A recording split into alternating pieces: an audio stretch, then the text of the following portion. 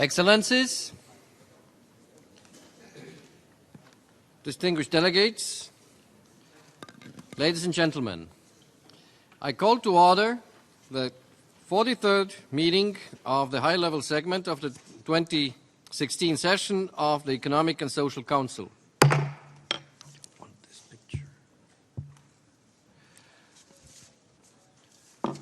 I invite the Council to continue its consideration of Agenda Item 5C, Development Cooperation Forum.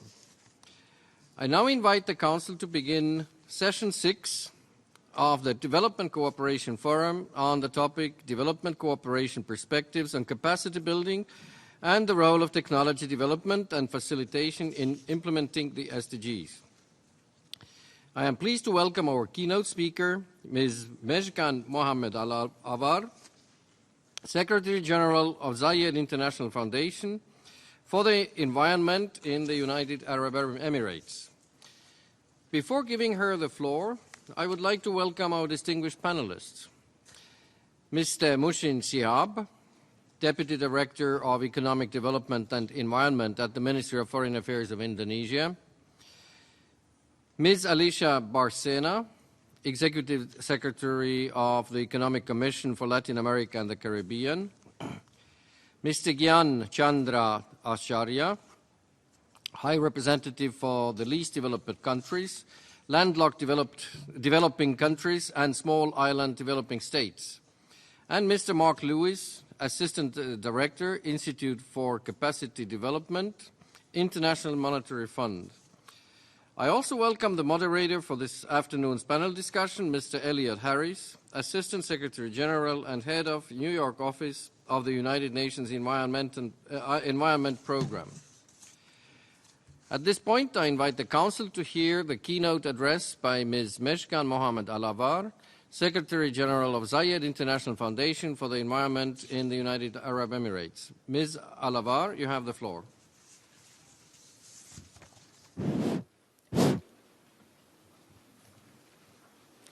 Excellencies, distinguished delegates, ladies and gentlemen, at the beginning, I would like to express my thanks to the ECOSOC President and the Development Cooperation Forum organizers for having me here today and extending their kind invitation to be a keynote speaker for this session.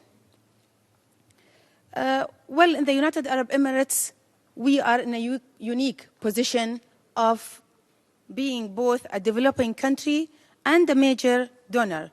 We are proud to have been one of the world's two largest donors, according to the OECD's report in 2014, and having that ranking for the last 2 consecutive years. Our experience here will reinforce for us how critical development cooperation is for the Agenda 2030 and how much we have to gain this from each other, especially through our joint innovation. In that spirit, I would say that because there is a saying that if I hear, I forget, but if I see, I remember. So I just attached some of the slides with my speech so that we can see something besides the words that we are going to put it. And because I am the first in this session to speak, I have tried to list some firsts in my speech that I'm going to highlight during my speech. The first thing is that the UAE, through my organization, the Zayed International Foundation for the Environment, is deeply honored to host the Global South-South Development Expo 2016 from 31st of October till 3rd of November of this year in Dubai. And it will be the first expo. For the two firsts in this case will be that it's the first expo after the adoption of the Agenda 2030, and the second first is that it's for the first time that the Global South-South Development Expo is being hosted by a UN member state, which is the United Arab Emirates. And this expo is supposed to engage all the stakeholders and the sectors, public and private, besides the civil society, and highlight the concrete sudden established initiatives that could be scaled up and replicated elsewhere. And because we are talking about here capacity building and innovation, we are going to highlight some part of innovation at a later stage in this speech. I'm particularly pleased that the theme, the overall theme of the Expo is focusing on what has been a defining feature for the UAE's own development, capacity building, and development. And that is South-South cooperation. The theme is enhancing the innovation for the Agenda 2030 for the sustainable development. So here, we would like to see that UAE has been going through a transformative change since 1971. And the pictures can maybe help see the transformative change, but we will not say that it is monumental, but not accidental. Of course, with good governance and the result of sustained, serious investment in our people's education and skills, the recognition that partnership accelerates development. So from our own experience in the national experience, I would like to say that as a chemist and as a scientist, as a researcher, as a woman, and as a simple UAE citizen, from my day-to-day life experience, I would say that United Arab Emirates didn't spare any effort in taking concrete steps towards achieving the sustainable development over the years, and especially now for the 2030 agenda for achieving the sustainable development. So I would just go through the 3 examples, not to keep it long. The first one is capacity building for the women and, of course, young women, especially the young women. And this is not coincidental because the UAE's economic rapid growth was linked to the educational initiatives that now we see the number of women in education and the graduates are higher than the men in the United Arab Emirates. In fact, 58.6% of the science, technology, engineering, and math graduates are in the UAE of women. So the rate is higher for women than the men. We will have also, apart from the education, we have other things like legislations and measures for that reinforces the woman's role in the workplace, such as laws for equal pay for equal work. Therefore, when we at the United Arab Emirates design and evaluate any national policy and development cooperation, we think closely about their inclusiveness of the women and the impacts on them. Here, I am proud to show 2 examples here that UAE's Gender Balance Council was established early this year. And not just that, but also just last week, the United Arab Emirates signed an agreement with UN Women for the, again, first thing here, we will just highlight a first here to launch the first liaison office for the Gulf countries in Abu Dhabi, the capital of United Arab Emirates, of course, with the goal that we can empower the women and putting the gender equity in the forefront of the planning, evaluation, and cooperation. Secondly, the capacity building to mobilize resources for development. And here I'm going to skip the part of the written word. It's in the speech, but we are going directly to the example. How that the financing for development conference in Addis Ababa gave us an important focus on good governance and public sector performance. So what we did here, a good recent example, is from the renewable energy industry, where Dubai government spent many years studying the best policy framework for investment in solar power, which we are famous for, the sun. Engaging, of course, international partners like the International Renewable Energy Agency, IRENA. Then it was the launching of a series of open, competitive tenders with clear obligations, risk sharing, and timelines, allowing them to attract interest from China to France. But most excitingly, the companies felt that the policy framework was so well designed that it allowed them to dramatically lower the costs. And the result, so when we are talking evaluation, we are talking effectiveness. What is the result? We have been studying it for many years. So what was the result? The result was that Dubai set a new world record low for solar power, making solar the cheapest for electricity in the middle of the gas and oil industry in the United Arab Emirates. This was, of course, a huge victory and achievement for not only for our economy, but also for the environment and our society. And the third, capacity building for monitoring and review. Because when we have setting up the strategic plans and the goals, it's not only that, but we have to monitor and review to get the best road to just implement them. And here was intergovernments, of course, they should know where are the gaps as well as the opportunities.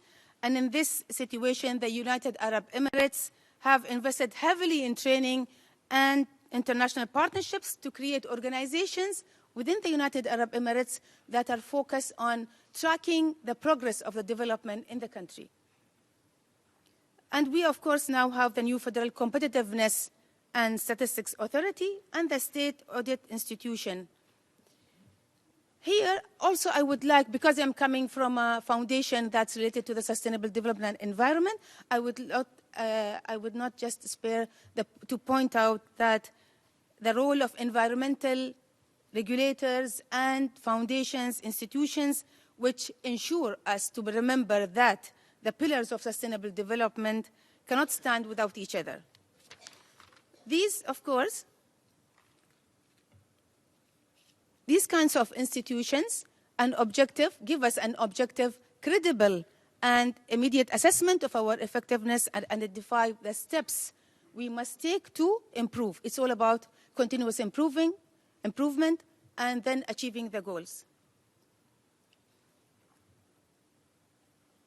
So here, going back, I'm going to just show some slides, very quick, not to just get out of my allowed time for the presentation of my speech. And here is that we are going to host this Global South-South Development Expo, the Zayed Foundation. And of course, through this part, our participation here in the Development Cooperation Forum will enable the Zayed Foundation to network with other stakeholders that would highlight all these initiatives and the ideas raised here in this forum to take it forward within the South-South Cooperation Expo in Dubai in October and beginning of November.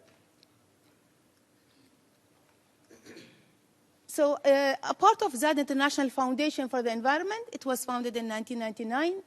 We have 2 awards. One is the Zayed International Prize for the Environment, and one's the Emirates Appreciation Award to just highlight the environment both internationally, regionally, and nationally. And we would say in the Zayed International Foundation for the Environment that we have established the ground for the South-South cooperation through our prestigious award, since the first cycle when it was in 1999. And that was, of course, those are some of the winners from the South-South that would highlight the first category, second category, and third category. Besides the Zayed Prize, which is biannual every 2 years in 3 categories, we will not go through that one. We have also some events that we would support the sustainable development through our events and initiatives. So we have smart applications, e-library, and newsletter. We have, of course, here now we have some applications, smart applications, because I've been personally participating in other sessions that will focus on how the use of technology and innovation would affect in circulating the best practices. Of course, all the countries, whatever the size and its achievements, they have some good practices that could be shared. And this is we are going to highlight in the Global South-South Development Expo. Besides, through our smart applications, the e-library and the e-newsletter. Of course, we have responsive portal that people can share again and circulate the best practices, and the networking for the scientists, the winners that will win from the Zayed Prize, wherever part of the world, whatever their achievements, people can share that experiences throughout our responsive portal. And we have mobile applications available in both iOS and Android platforms. So everyone here can download from the App Store the application, and it's both in Arabic and in English. We started a new change also, Game Center. Why is the Game Center? We started it on a date that would be marked globally, World Environment Day in 2015, just to raise the awareness of the environmental issues, sustainable development goals maybe, because we change it all the time, and plus the Zayed Prize winners that are advocates, environmental advocates, either globally on the leadership level or on the grassroots level. So Zayed Foundation Smart Technology garners attention on World Environment Day, and there was a huge opening for that, launching that with the United Nations Environment Program. And we have, of course, all the social media, Facebook, Twitter, and Instagram. And so the last thing, speaking of the innovation, Zayed Prize for this need for the has started introduce a new category for young scientists. And again, the last verse in this speech will be that this will be the first year that we're going to celebrate this award of young scientists for the sustainable development. And besides the international, of course, we couldn't have done or achieved all of this without our international partnerships and professional affiliations with different United Nations organizations, programs, and other organizations. And of course, being in the ECOSOC, we are pleased to have that we, Zayed Prize, have a consultative status with the ECOSOC.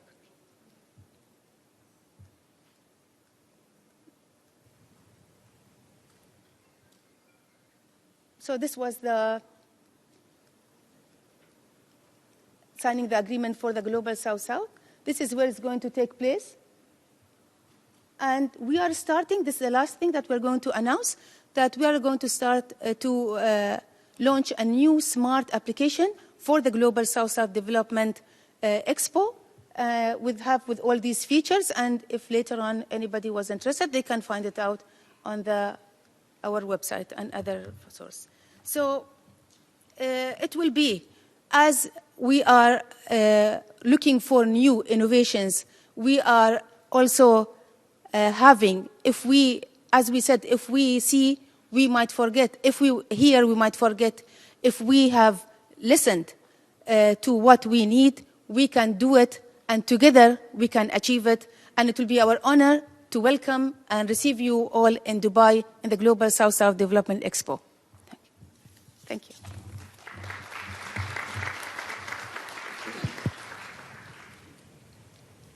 Thank you very much.